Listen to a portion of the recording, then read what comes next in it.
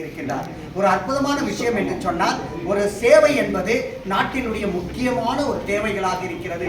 சொன்னாங்க, சொல் எண்ணம் சொல், எண்ணங்களை ஏணியாக்கினால் எதையும் சாதிக்கலாம். அப்ப எண்ணங்களை ஏணியாக்குவதற்கு இப்படிப்பட்ட ஊக்குவிப்பு விருதுகளை வழங்குவதில் மிகப்பெரிய தன்மையை பெற்றிருக்கின்றது நம்முடைய ரோட்டரி சங்கங்கள்.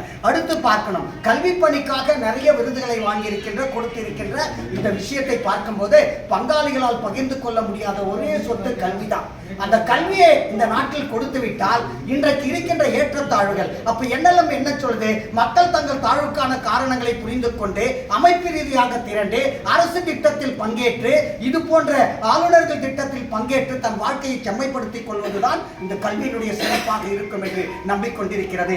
இப்படிப்பட்ட பணியை செய்திருக்கின்றார்கள். மூச்சு விடுகின்றவர்கள் எல்லாம் மனிதர் அல்ல, முயற்சி எடுக்கின்றவர்கள் தான் மனிதர்கள். அப்படி முயற்சி எடுத்து இந்த விருதை வழங்கிக் கொண்டிருக்கிறார்கள். என்னை பொறுத்தவரையில் இது 66வது விருது. நான் குடியரசுத் தலைவரிடத்தில் 2